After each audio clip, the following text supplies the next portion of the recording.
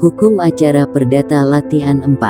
1. Dalam hal direksi perseroan terbatas sedang lowong kosong, maka pihak yang berhak untuk menandatangani surat kuasa kepada advokat guna mewakili perseroan baik di dalam maupun di luar pengadilan adalah A. Komisaris, B. Manajer personalia, C. Pemegang saham, D. Direksi.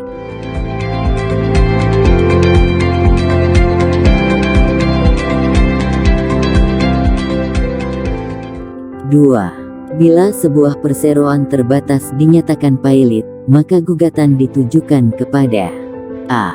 Pemegang saham, B. Menteri Hukum dan HAM, C. Menteri Perdagangan, D. Kurator.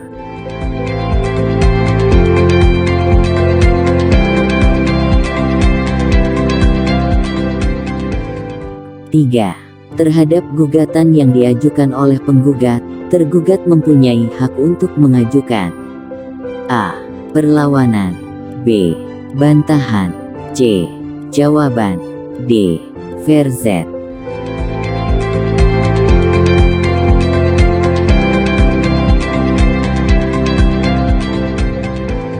4. Terhadap jawaban tergugat, penggugat mengajukan A.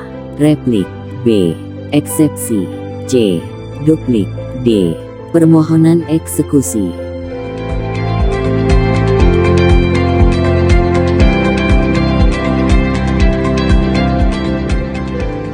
5.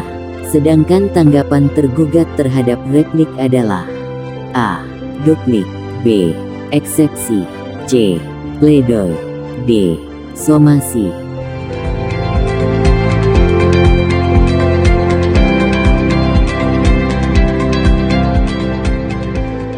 6. Surat kuasa khusus dapat dibuat dengan akta di bawah tangan atau dengan A. Akta otentik, B. Akta camat, C. Akta catatan sipil, D. Akta bukti.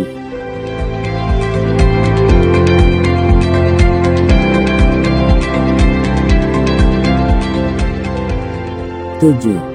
Setiap surat kuasa perlu dibubuhi meterai adalah untuk memenuhi ketentuan dalam A. Undang-Undang Advokat, B. Undang-Undang Perpajakan, C. Undang-Undang Kekuasaan Kehakiman, D. Undang-Undang Bea Meterai.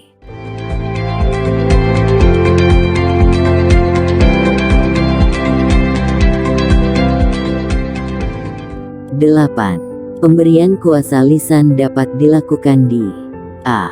Depan persidangan, B. Kantor notaris, C. Kelurahan, D. Kantor camat.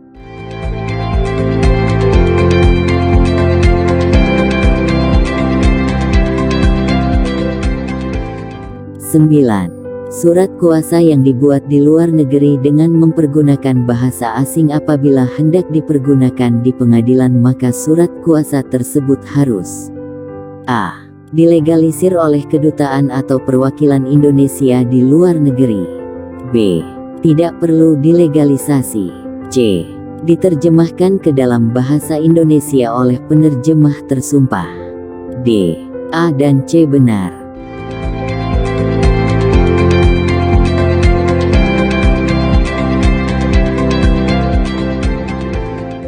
10. Untuk mencegah agar surat kuasa dalam bahasa asing yang dibuat di luar negeri agar tidak perlu lagi diterjemahkan ke dalam bahasa Indonesia, maka surat kuasa tersebut dibuat dalam A. 2 bahasa, bilingual, B. 3 bahasa, C. 4 bahasa, D. 5 bahasa.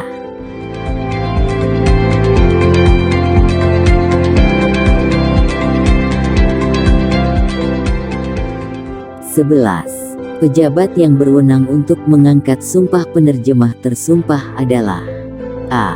Menteri Hukum dan HAM, B. Menteri Luar Negeri, C. Gubernur DKI Jakarta, D. A, B dan C salah.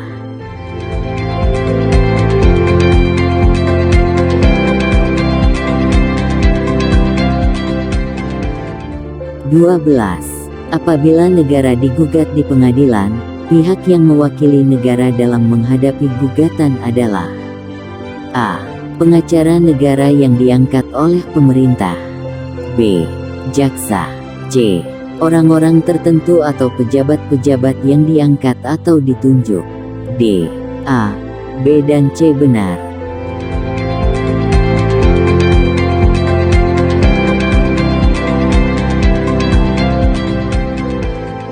(13) Suatu surat kuasa ada yang dapat dialihkan, dilimpahkan dan ada pula yang tidak dapat dialihkan, dilimpahkan kepada orang lain. Surat kuasa yang dapat dialihkan kepada kuasa hukum yang lain ditandai dengan adanya pencantuman kata titik-titik pada surat kuasa. A. Legalisasi. B. Komisi. C. Restitusi. D. Substitusi.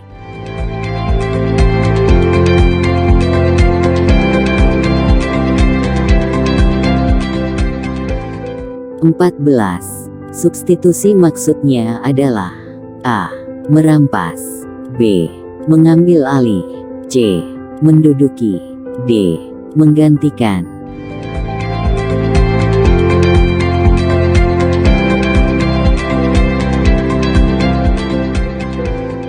(15) Pelimpahan kuasa dapat dilakukan baik untuk sebagian maupun untuk A. Seluruhnya. B. 2/3 bagian.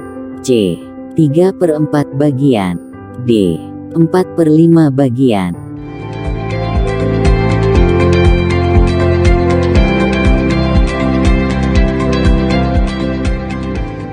(16) Apabila penerima kuasa telah melimpahkan seluruh kuasa yang diterimanya dari pemberi kuasa kepada penerima kuasa substitusi, maka penerima kuasa A. Masih berhak secara penuh untuk mewakili pemberi kuasa.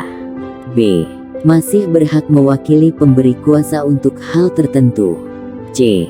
Tidak lagi berhak untuk mewakili pemberi kuasa. D. A, B dan C salah.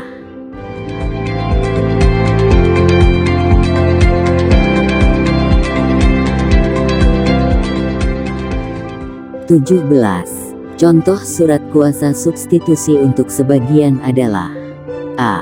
Surat kuasa substitusi untuk mengajukan jawaban. B. Surat kuasa substitusi untuk mengajukan duplik. C. Surat kuasa substitusi untuk mengajukan bukti. D. A, B dan C benar. B.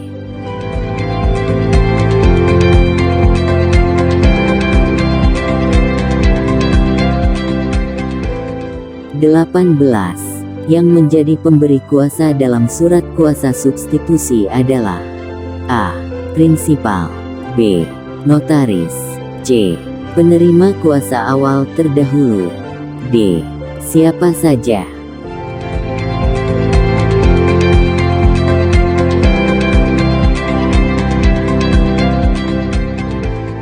(19) Apabila dalam surat kuasa tidak dimuat kalimat dengan surat kuasa dit hak substitusi, dan kemudian disubstitusikan kepada orang lain, maka pelimpahan kuasa ini adalah A.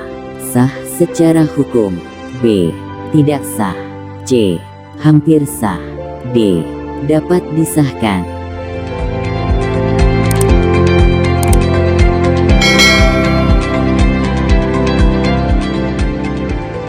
20. Bila pada hari sidang yang ditentukan oleh hakim, penggugat atau para penggugat tidak hadir, maka gugatan menjadi A.